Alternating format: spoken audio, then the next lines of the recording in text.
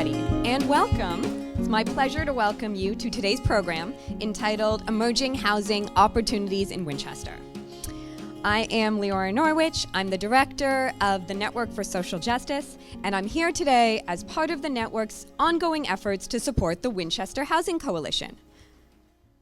We couldn't be prouder to co-sponsor today's program, coordinated by the Council on Aging, alongside the Winchester Affordable Housing Trust and the Winchester Housing Partnership Board as sponsors.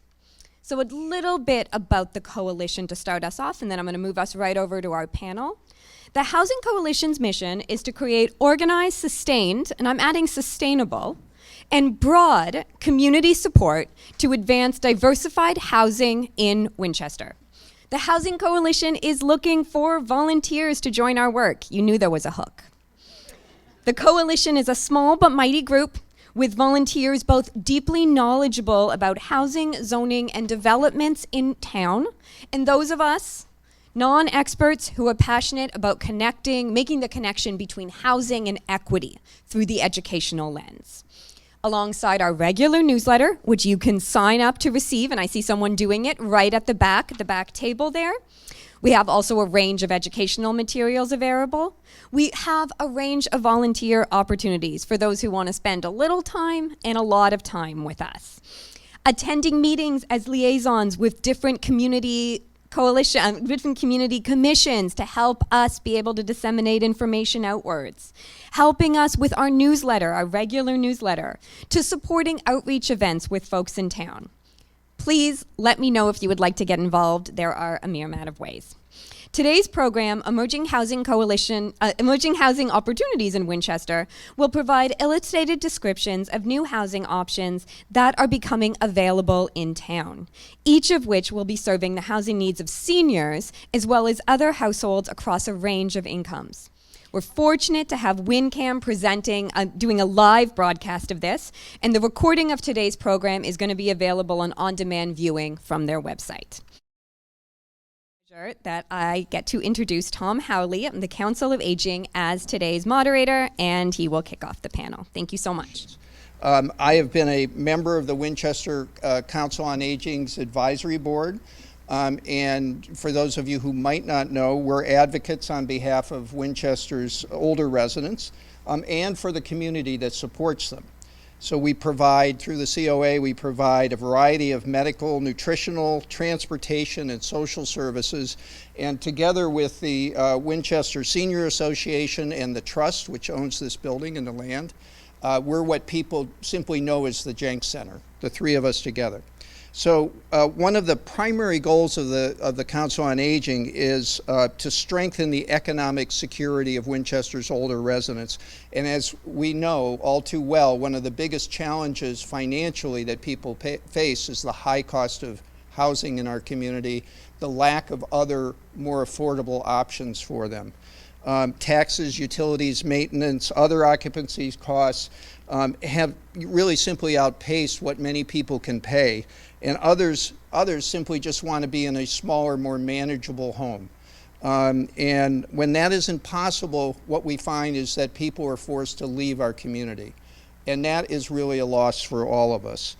What we're going to do now, and I want you to kind of see where we're going. Leora touched on it. We're going to learn about several new housing projects that will soon be completed and a new housing option that, in fact, some of these things you'll hear about may be right for you, may be right for a neighbor, may be right for someone you know. And so I hope you take away from this information that's going to be helpful in all those ways. First, we're going to hear from a developer of the two new Winchester rental unit projects, Jeff Engler.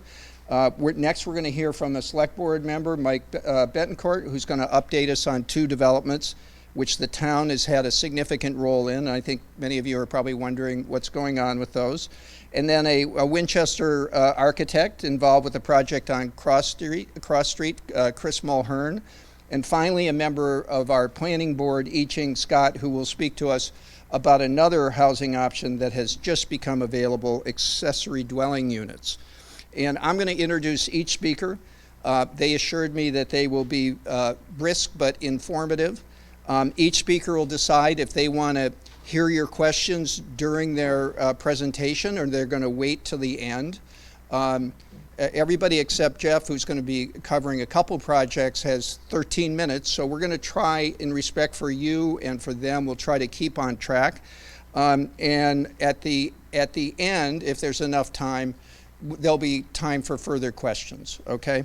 So before we start, though, let me just say one more thing.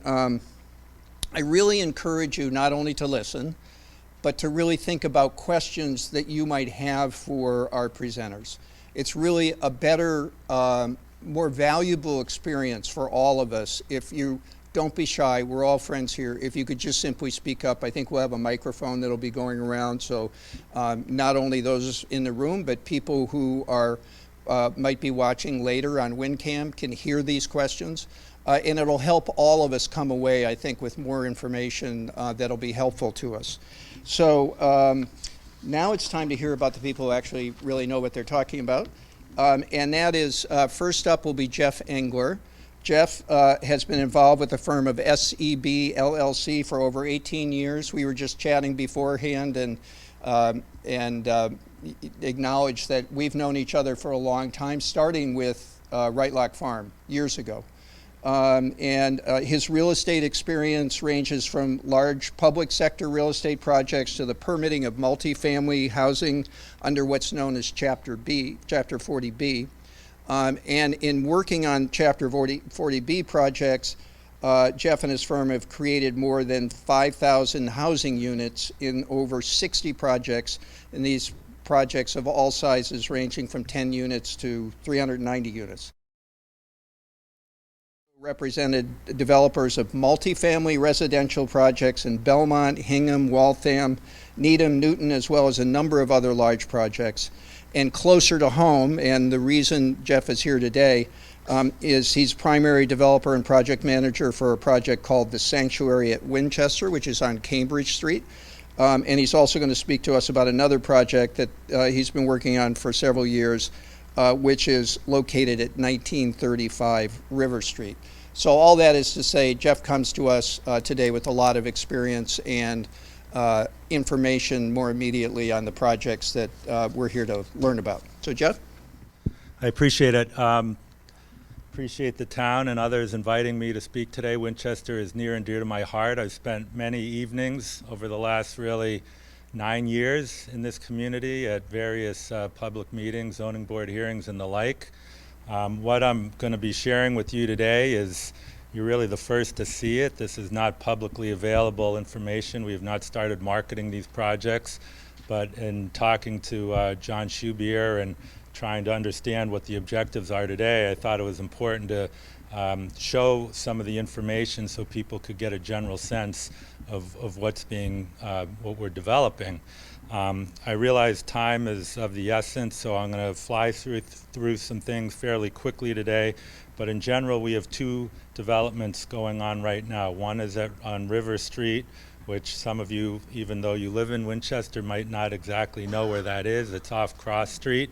It's a dead-end street with some historically industrial uses.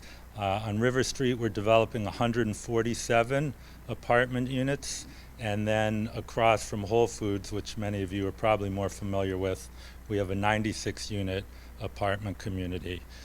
Each of those were permitted under Chapter 40B. So at Cambridge Street, we have 24 affordable units, and on River Street we have 37 affordable units. And the mixes are a smattering of primarily 1 and 2 bedroom units, but we do have 23 bedroom units at River Street and 11 3-bedroom units on Cambridge Street. So with that said, what I'd like to do, and as Mr. Howley suggested, if people have questions at any point, feel free to raise their hand, or I can field questions at the end. Some of them I may not be able to answer quite yet, but I'll do my best. So with that said, what I'm going to do is I'd just like to share really what are our beta websites at this point in time, which will familiarize you with kind of the location, the level of finish, general unit plans, and the like. That was kind of my directive today, is just to provide some information about these, recognizing the audience and the objectives. All of this housing really is geared towards empty nesters and seniors. It's all single level living, it's all elevated access, it's all drive right into a garage or a surface parking spot and be able to take an elevator right up to your floor. So that's a big market of ours, and hopefully you'll see the level of quality that we plan to introduce. So just to give you a sense of what this is going to look like, there's a bunch of community spaces on all our developments. We feel it's important to have places that people enjoy congregating. This is a rendering of the front of the building. This will actually have a pool. We have a roof deck on the building that's built above our at-grade parking. So this will be available to all residents. Once again, areas for people to congregate, to relax, TVs, area to set up a laptop, areas just to kind of hang out and talk to your friends, but a fairly well-appointed area for people to use at any points of the day. Both projects have fitness centers. All of this is included in the rent. That will be secure access to residents only. This is a rendering of you saw the pool before. This is an outdoor patio, which, it is New England, so we're not going to get 12 months out of it, but hopefully starting maybe late April, people can go out. There are fire pits, there are areas to hang out, outdoor TVs. You can't really tell here, but in the back we have a turf area for kind of some bocce or cornhole or the like, but really kind of make it a comfortable area for people to hang out and enjoy themselves. This is another room. So we basically have 3 rooms. Something that's not shown, we do have workspace for people that want to conduct Zooms or maybe not hang out in their actual apartment but take their laptop down. These are all kind of more casual, but if you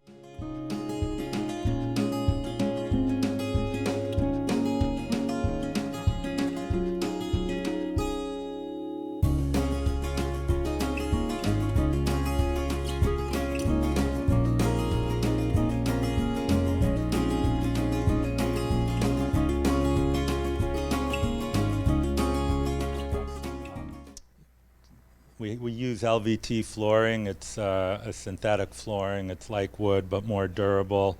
Nice bathrooms. Most of our bathrooms have double vanities. You can kind of see the tiled shower in the background, glass shower doors. So that's kind of, in a nutshell, just some of the imagery for this development. And then one of the things that you'll be able to do when going to the website is, and these are unfurnished units, but as you can see, we have quite a offering of unit types to select from. So if you are interested in this, you can just click on it.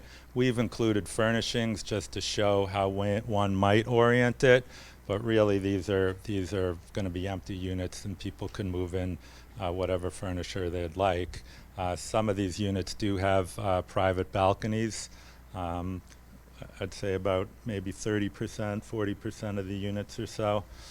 So really, at a high level, as I said, it's 1 bedroom, 2 bedroom, 3 bedroom units of a very nice level of finish. We've spent a lot of time and attention to detail on how we've designed these, and hopefully we think that the eventual audience agrees as much. So I don't know if anybody had any specific questions about, I know what people are going to ask, and they're going to want to know, well, how much does it cost to live here? What are the rents going to be like? Yep, the question was, will any of the affordable units have a balcony? And the answer is yes. I don't want to digress into the whole affirmative marketing and lottery process, but basically early on we have to identify every affordable unit in each building as part of the process. and then based on how the lottery falls, the people with the, higher up on the list will have the first choice. If they're a 2-3-person household looking for 2-bedroom, they'll get the first selection, and then on down the list. While I don't know the market rate rents, the affordable rents, and this is universal for both projects, the rents will range from $1,794 to $2,600 for some of the larger 3-bedrooms, and those are the affordable rents and they're identical at both development. It's not dictated by development or even town. It's dictated by metropolitan statistical area. So the rental profile at each project will be identical. And on the market side, really, the rents are more or less going to be the same between each development. So does anyone else have any questions before I quickly introduce the other project? Yeah. Area median income. The question was, what is AMI? AMI stands for area median income. Right. You're now getting above my pay grade, but we have a very good consultant that handles that. But seniors, it is interesting because assets and don't shoot the messenger. This is a state administered program, but you actually can have a big number of assets which is not counted towards your income. If you're generating income from those assets, like monthly dividends and the like, that would count as your income. But theoretically, if you had $1 million in the bank and we're only collecting 3% per year on that or whatever it might be, that would be income. But your asset is not calculated in your overall income. It is being affirmatively marketed now. There's a voluminous amount of information that would answer your specific question relative to income calculation and the like. But hopefully that's somewhat helpful. Can't hear. The question was regarding utilities for the development, sewer, water, usage, availability. I mean, throughout the process, certainly when we were permitting, but up and through construction, we had to work very closely with the town relative to existing capacity. And as part of both projects, we paid in what's called an infiltration and inflow payment, which is designed to, and I don't want to get too technical, but that money goes to the town to actually, improve the existing system, because towns have old pipes and a lot of rainwater penetrates the pipes and creates really misrepresents how much effluent is going through the system. Long way or short way to answer is, we're not going to have a negative impact on the town's current usage because we wouldn't have been able to be approved if we were.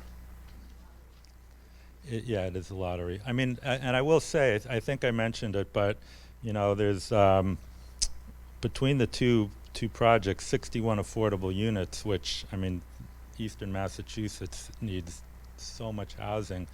But that's a good for a town the size of Winchester to come in one slug compared to what you have now.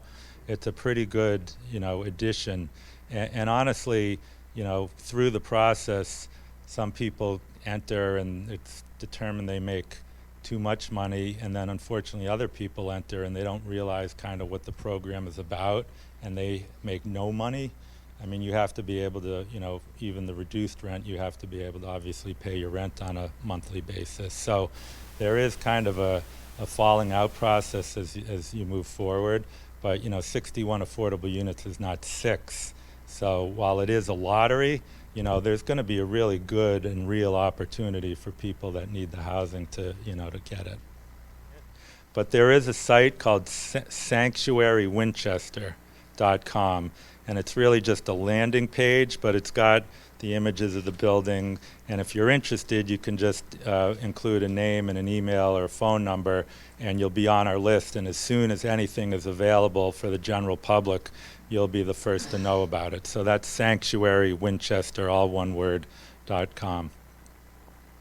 But and then the website, as I said, is a couple weeks away. This is the beta site.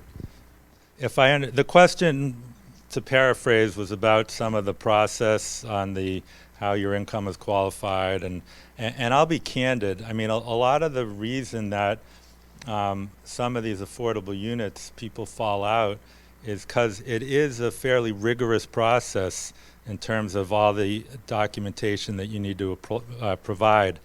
You know, unfortunately, I mean, my brother runs this company that does that. It's a separate and distinct, but he and I used to be in the same firm, and I know enough.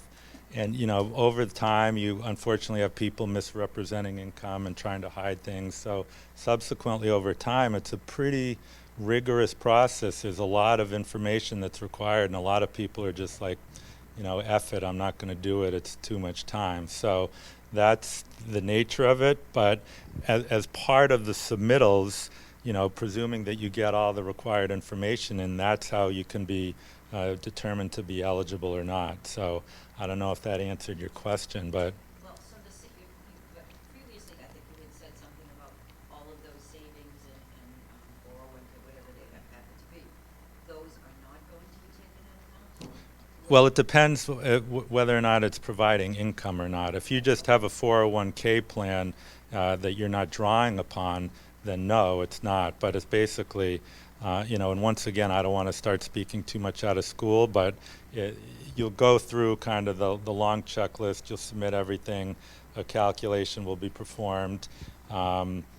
If it's a fairly iterative process, I mean, not quite as rigorous, but for those of you that have ever owned a home and have had to go through getting a mortgage, you know it's not a, you know, particularly fun process. But it's not basically like, you know, all right, here's your list, submit everything. Oh, I'm sorry, you missed C and F, you're not qualified, or we can't move you forward.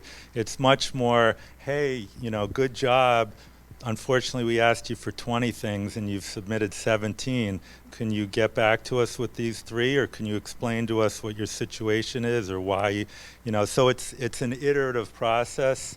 Ultimately, you know, there's a fish or cut bait where you know you got to get the stuff in or you're not going to be able to move forward, and that's not it's just how it is. So but it is a, you know, fairly rigorous screening process.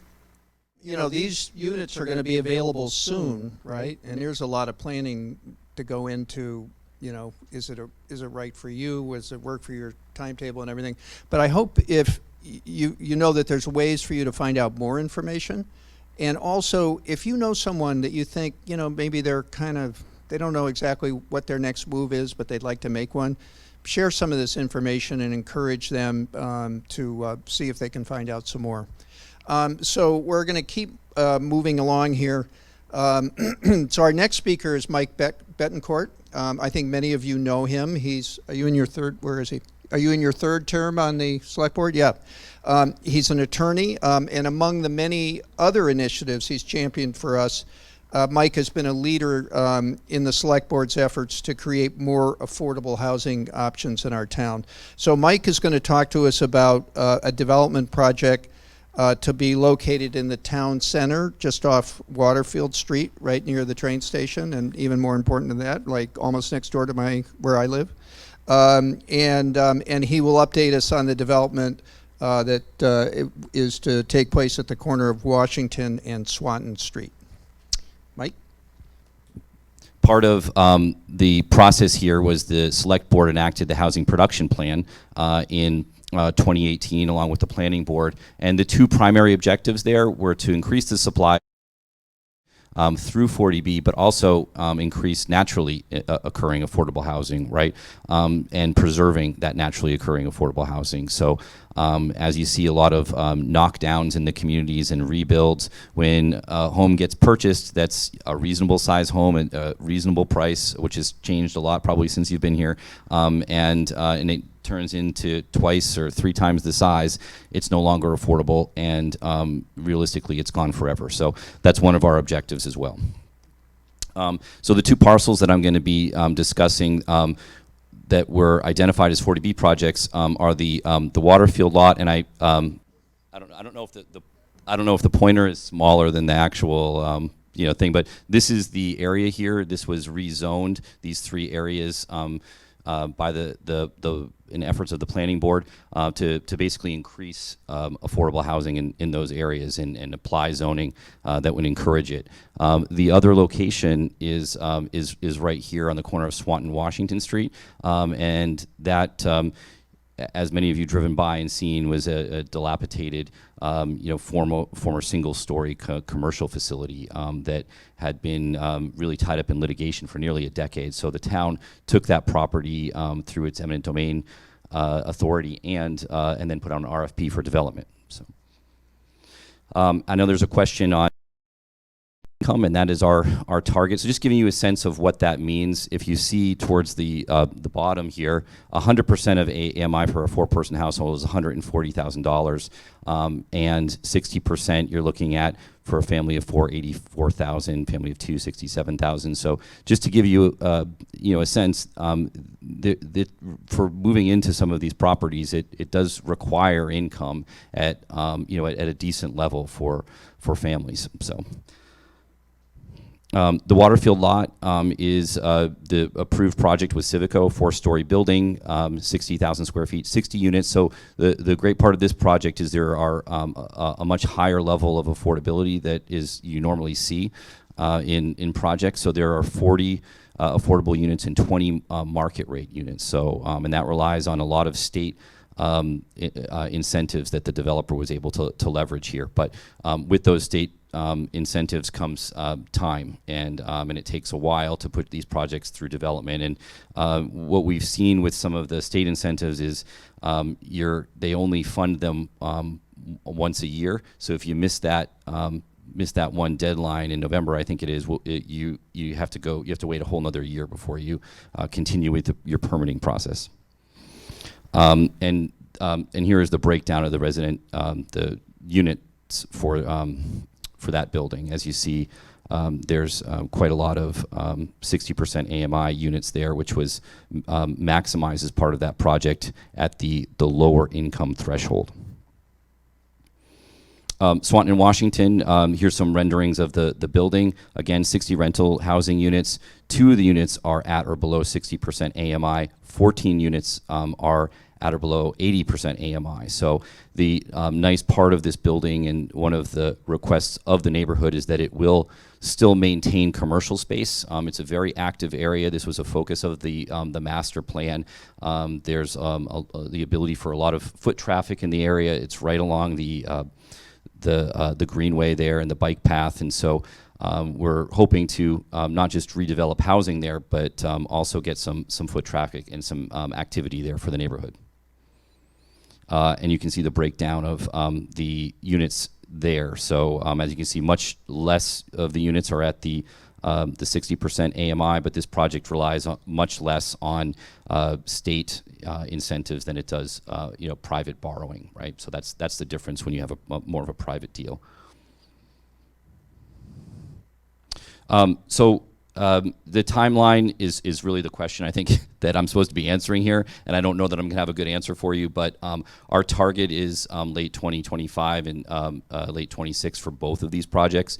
Now, permitting and going through the Zoning Board of Appeals and going through the Planning Board process and getting building permits, it takes a little while. So Swanton, Washington, that is what we call a friendly 40B, so that means that it's not adverse. We're working with the developer to use the 40B legislation in order to expedite the process. So it's a great partnership that we had, and it was part of one of our objectives. The Waterfield will be the planned unit development and that zoning that will go through the Planning Board, and that was rezoned in 2015, as I mentioned before, to really incentivize and create exactly this kind of housing and development. So the Planning Board will be reviewing the applications for the Waterfield lot, and the Zoning Board of Appeals will be reviewing the applications for the Swanton and Washington project. So, and I know that there's a lot of words up there, I apologize. But just to give you a sense of, for Swanton and Washington, the timeline here, there's been an application to Massachusetts Housing Partnership that's been approved already, and then it goes through several phases, going through the ZBA filing, a ZBA decision. There needs to be a regulatory agreement, the conveyance of the property, Then construction potentially begins. Right now, both projects are in the due diligence phase, so that means that they're doing a legal review, environmental review, and both projects have have requested extensions on that due diligence time period. So we are a little bit off our initial timeline, but I think we still are looking towards 2026 to have these projects completed. And just to give you a sense of how on a similar track these projects are, but how different, this is really for the Waterfield project, the timeline. So it goes through the title review process and a large due diligence period that is ongoing right now, and then the permitting process that will take a while, but also they have to go through a whole nother financing process than is different than the Swanton and Washington process. So as I mentioned, they need to stay on that distinct timeline in order for the project to be moving forward. But generally, a construction phase of 24 months is expected from when permitting is complete. And just to give you an idea, we actually have more information than you probably would ever want to know on our website. Under the Select Board heading, there is the individual projects, but also the RFPs for the projects, the background memos on the projects, and renderings, right? And we will update that with information as we move along. So, right. Those are good questions. So the question, as I understand, is what are the increases in the rent requirements over a period of time? And the second question is, will Social Security increases affect you? And that's Jeff probably is the one that can answer this better than I can, so I'll let him take it. The increases will not affect you. Once you're in the unit, you can earn up to 140% of area median income. So if you make a couple, $1,000 more every year, it shouldn't have a negative impact on your ability to stay in the unit. And then relative to the annual rental increases, it's not at the developer's discretion or the town's discretion. It's tied to, once again, the area median income. So if the area median income is going up 3% or 4%, that's what it's tied to. In some rare cases, the area median income, stays stagnant or has even gone down, I think it was 10 or 12 years ago, your rents would follow that. But it's not like you're in the unit and it goes up, oh wow, the property's doing great, let's increase everybody's rent by 15%. It doesn't work that way. So hopefully that answered the question. Yeah, that's a good question on whether or not we have to wait for the MBTA project to finish before we start construction, and we will. So there's not construction that's going to be going on. I think there'll be maybe some very limited site work towards the end of the MBTA project, but the bulk of the construction will have to wait until the project is complete, which we think is on track for the end of 2024, or at least the fall of 24. I'm not sure, Beth. Is that summer 2024. So and that is moving along very well, is my understanding, and it's on track. No pun intended. It's a good question. When this project was initially approved by town meeting, there was a referendum vote, and it came back to town meeting for another vote and to a townwide election. It was approved. And it did change, I would say, substantially in a way. It is not under a threat of being changed at this point, unless the developer cannot do the project, and then we will circle back. But right now, the developer is very engaged in this project. What increased was parking. That was one of the complaints of some of the residents in the area, and also it actually, from my perspective, it did get a little bit better. We increased the affordable housing on site and at a lower level of affordability, so which is always our target. So it was a tough project to go through because we took a long time putting it together. The planning board had really been working on this for many years, even before it got to town meeting. And it's great to see that it's moved forward. And the referendum vote was, it didn't feel great, but in the end, I think the outcome was the right one. So, thank you. Yes. The question is, will they be 55 plus units? No, they won't. So there's no age restriction as on some properties like we did up at Winning Farm. That project there, here there is none, and really it's open to any age groups, but also with the multi bedroom units, really targeted for families as well as individuals. Yeah, that's right. I'm not sure. The question is what determines how many bedrooms that you would have for each unit, and I think that state guidelines are a little bit different. But if you're a single person, 1 bedroom or studio, sometimes if it's multifamily, they'll have maybe if you have 2 daughters, they can share a room. But if it's individual, I'm not sure if those requirements are still in place. But if it's a boy and a girl that are going in, they would have distinct bedrooms. But it is up to the state guidelines on that one. So where else? I know I haven't answered anything on this side of the room. I apologize. Yes.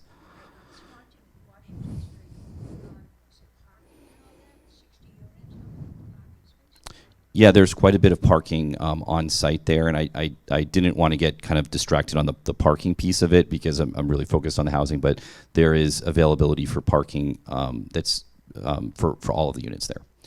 Right. Let me show you. It's actually where there were 3 buildings, and then I'll hand this off to Tom, and I'll be here to answer questions afterwards as well. I'll stay as long as there are questions. But if you can see where my arrow is here, this is the full parcel, and so the WinCam building, if you know where that is right there. And so there are 3 buildings right here. It used to be a restaurant, dry cleaners, and so it does go back. The lot is pretty deep, and so the parking is going to be towards the back of the unit, and the housing structure will be multi-story in the front and street facing. So, and as I mentioned before, ground level retail for certain parts of the project on street level. So thank you, and let me hand this over, and as I said, I'll take questions further when we're done. Great, thanks, Mike. So I have to say, I mentioned it briefly, Nancy and I live in the town center, and we kind of look onto down the street from D'Agostino's. And I have to say, it's a wonderful place to live. I'm a big fan of the idea of developing the Waterfield lot. I know it was, people had concerns about it, still do have concerns about it, but to give people the options to live in the town center and to walk around the town center, to not have to use your car, to see people frequently, it's really a great thing. So I'm hoping that some of these other projects, which we're not talking about today, that those continue to improve and refine themselves, and eventually we find that those add even more options.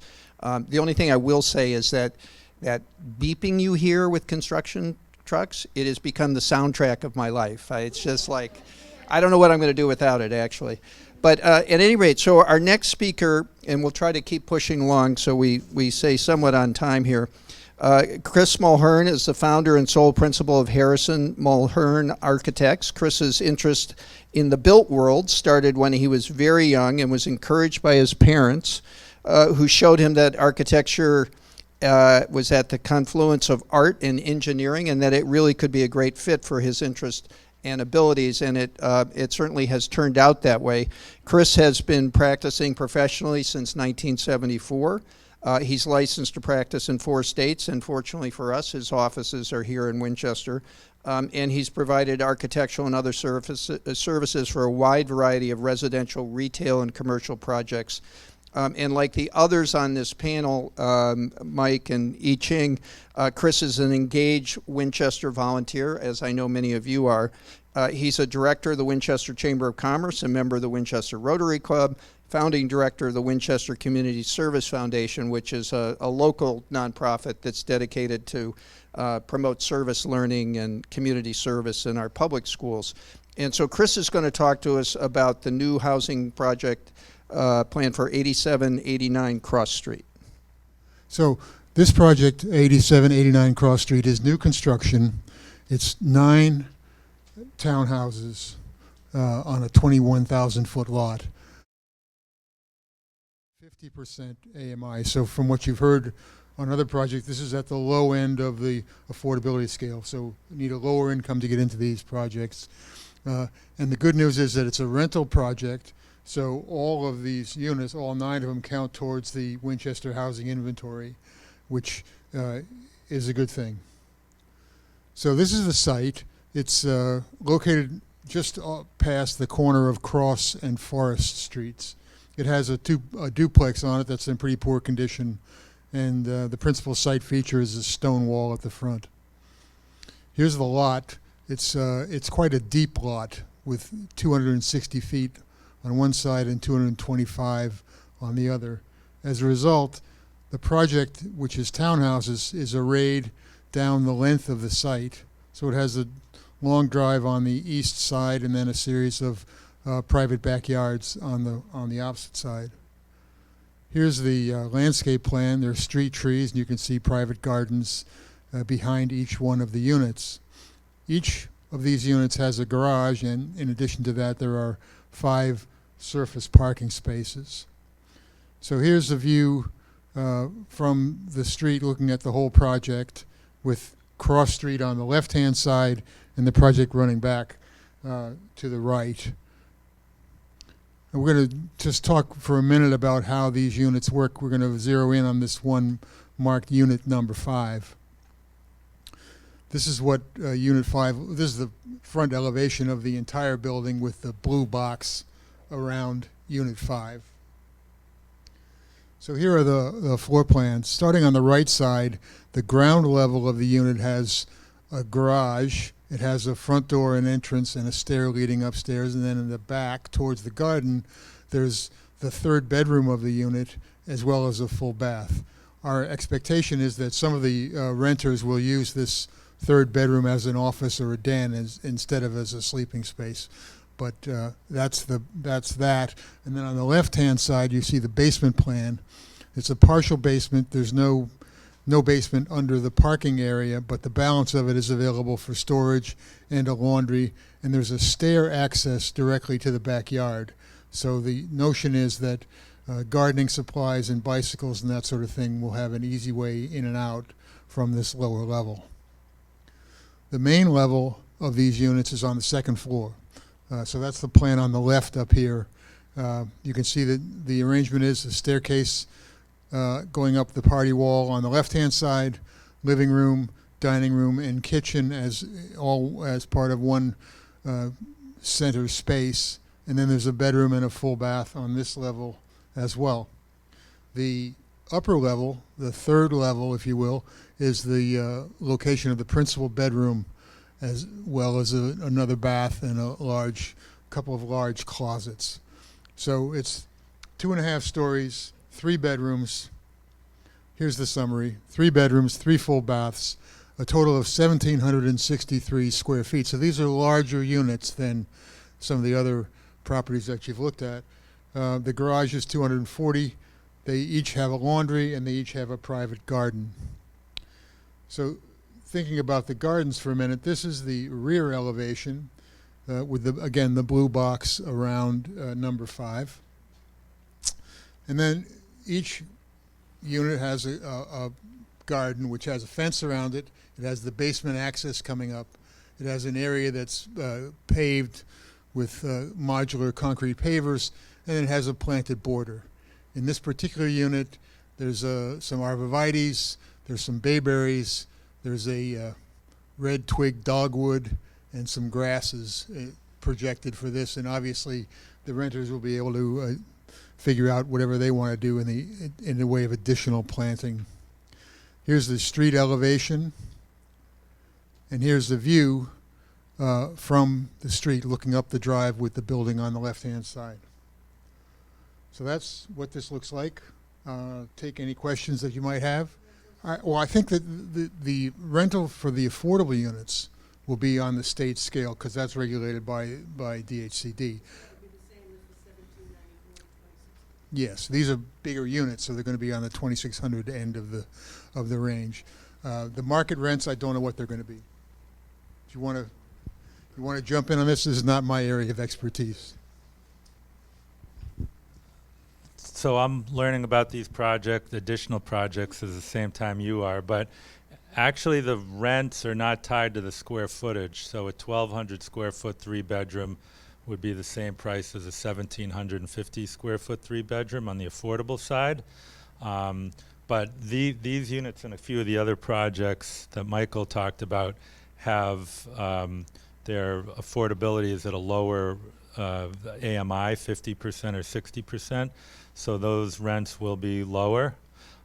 There's also, and once again, not to get too technical, but some projects may include utilities, in which case your gross rent would be higher. Or if you have to pay your own utilities as an affordable tenant, your gross rent will be lower because the state is recognizing that you're paying utilities. There's not going to be a huge, it's not like one project at 50% is going to have a rent of $1,600 and another is going to have a rent of $3,000 or $400.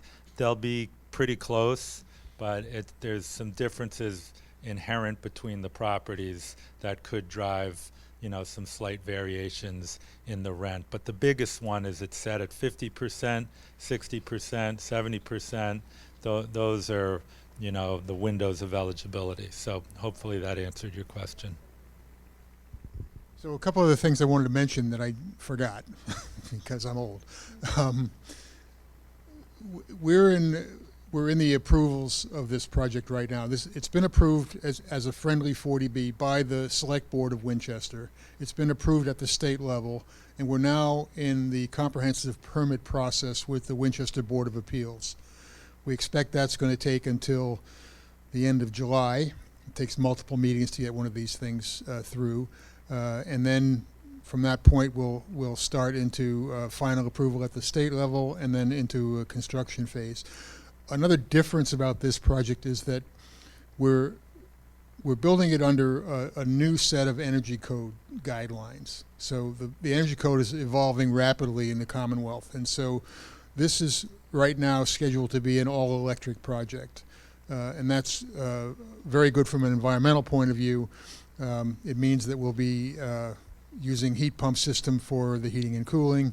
We'll be using induction ranges in the kitchens, and we'll have the ability to be a tighter building and lower operating cost building. So I Ching Scott is a mom, a Taiwanese American immigrant, a Scorpio, I understand, yeah, and an aspiring gardener. She serves on Winchester's planning board and is a town meeting member. She represents Precinct 5. I Ching has a Master of Architecture from Harvard. She's also a designer and a fan of what I understand she describes as efficient thinking. Which I could use a lot more of, let me tell you that. Her thesis in architecture school was on the primitive hut, or another way to think about that is the original tiny house. And one of her first projects out of school was the conversion of a 400 square foot 2-car garage into a home for her growing family. And 11 years later, they continue to test its capacity with 2 adults, 2 tweens, and a 65-pound dog. Thank you. I'm so happy to be here to talk to you about tiny homes, or as I like to call them, homes.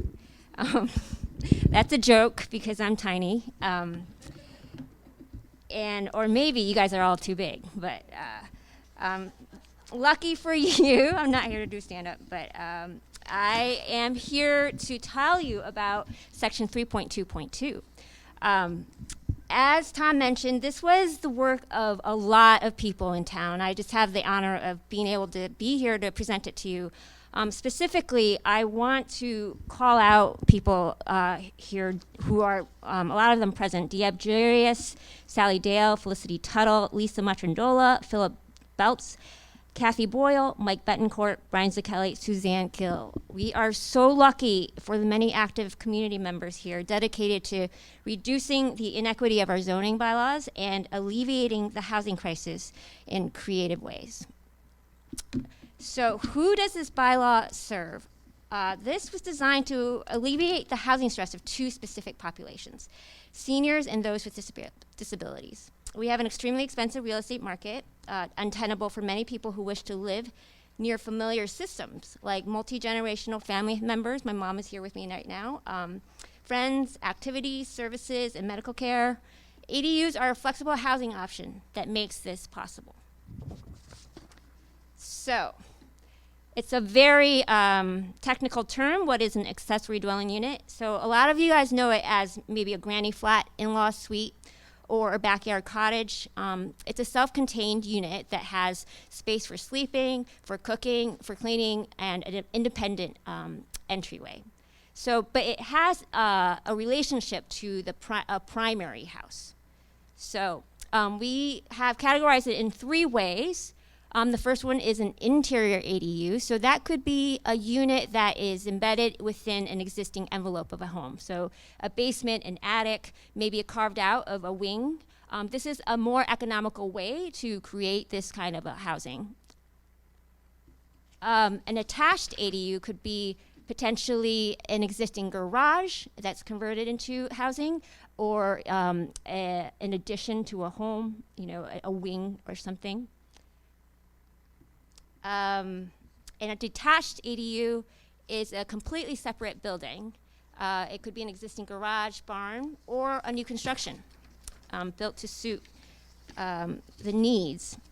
So important to all of this is that the use is by right and not the building. So if any of you have ever done building in Winchester, there is a process to it, and that has not changed.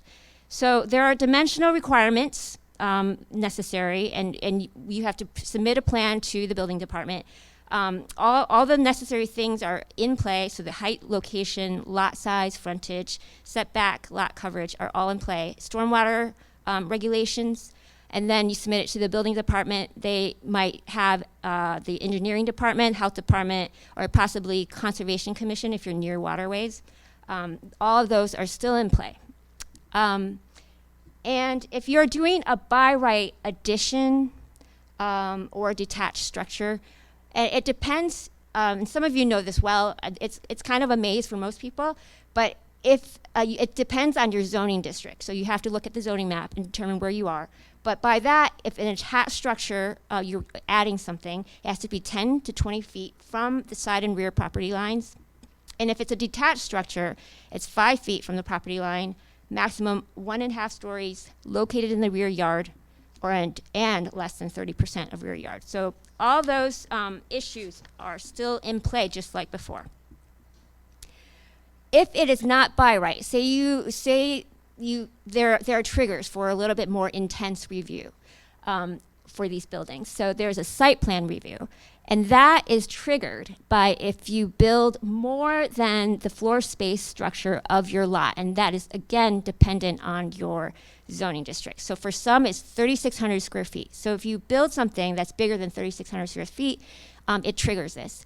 For other districts, it might be 5,000 square feet. So it depends.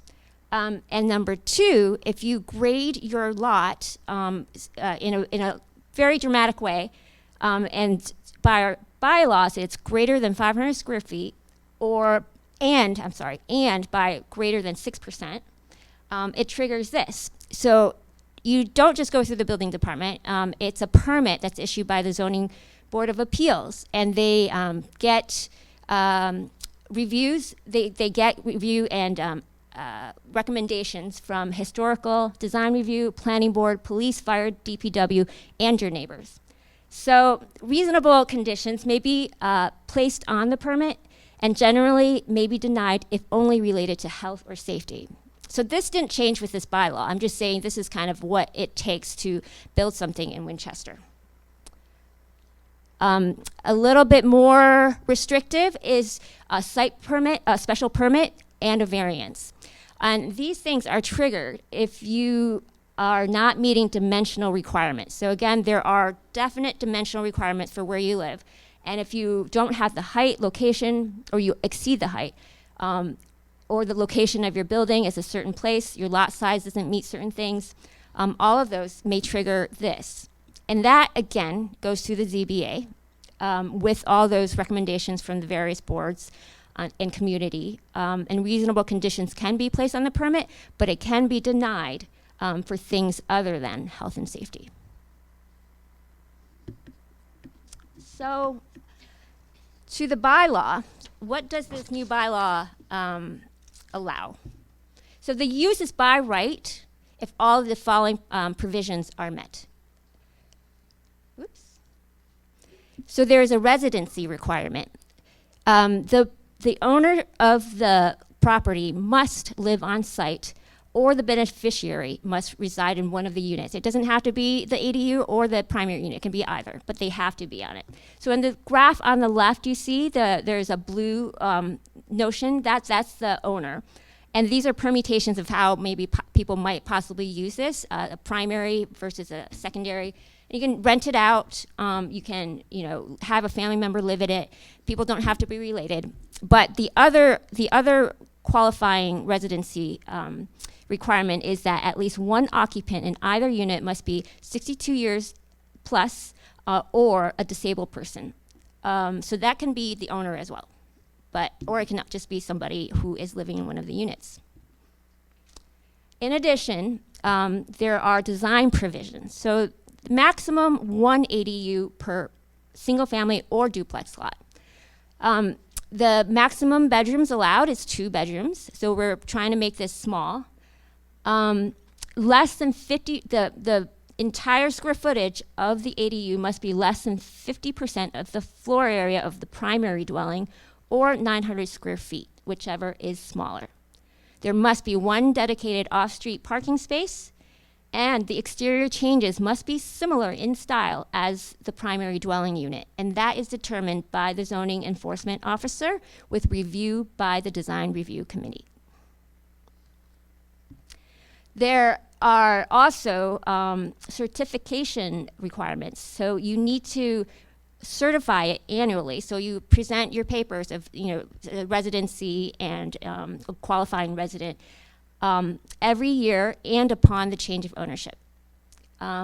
There can be a minimum rental of 30 days for the ADUs, and it can be enforced by the zoning enforcement officer, and they can inspect and fine for non-compliance.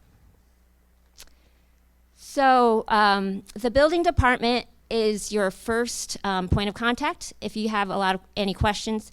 We also have brochures with frequently asked questions, and they can be contacted online, in person, on the phone, very accessible.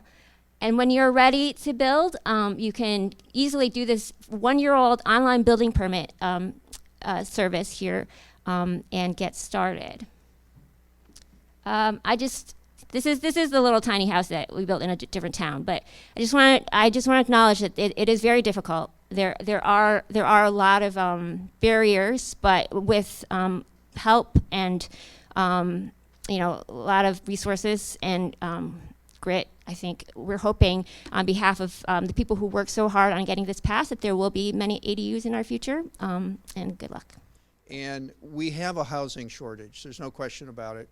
We have, in our community, we have a shortage, particularly of housing that allow people to stay in our community when it becomes otherwise unaffordable. Or perhaps people who are in homes that, their kids have gone away or whatever, and you don't really need all that space. So it can be complicated to do an ADU, for sure. It's not for everyone, but for some people it might allow them to stay in their homes, right? And to spread out the cost of remaining there, remain part of the community, part of the street area that you have lived in for years. But the other rental units that we've talked about, we're very fortunate to have them coming online and being available for people. And I'm hoping that this is going to continue, that we will see other projects which we heard about that are still a little bit further off, that those will start to become available for all of us too, maybe even for some people's children who would like to come back and live in Winchester, but they can't really afford to do that the way things are at the moment. There's a range of options, hopefully, that will work for people. So I want to thank you all for being here. The Jenks Center, the Council on Aging, we're not promoting these projects, but we definitely want the entire community to know about them. The more we are aware of what is going on and what choices we now will start to have, I think the better it will be for all of us. So appreciate you being here. I want to thank the network, as always, for all the work, and the Housing Partnership, the planning board who labors away on all of this stuff, and everybody else has been involved in it. And thank you to our panelists as well. So thanks very much.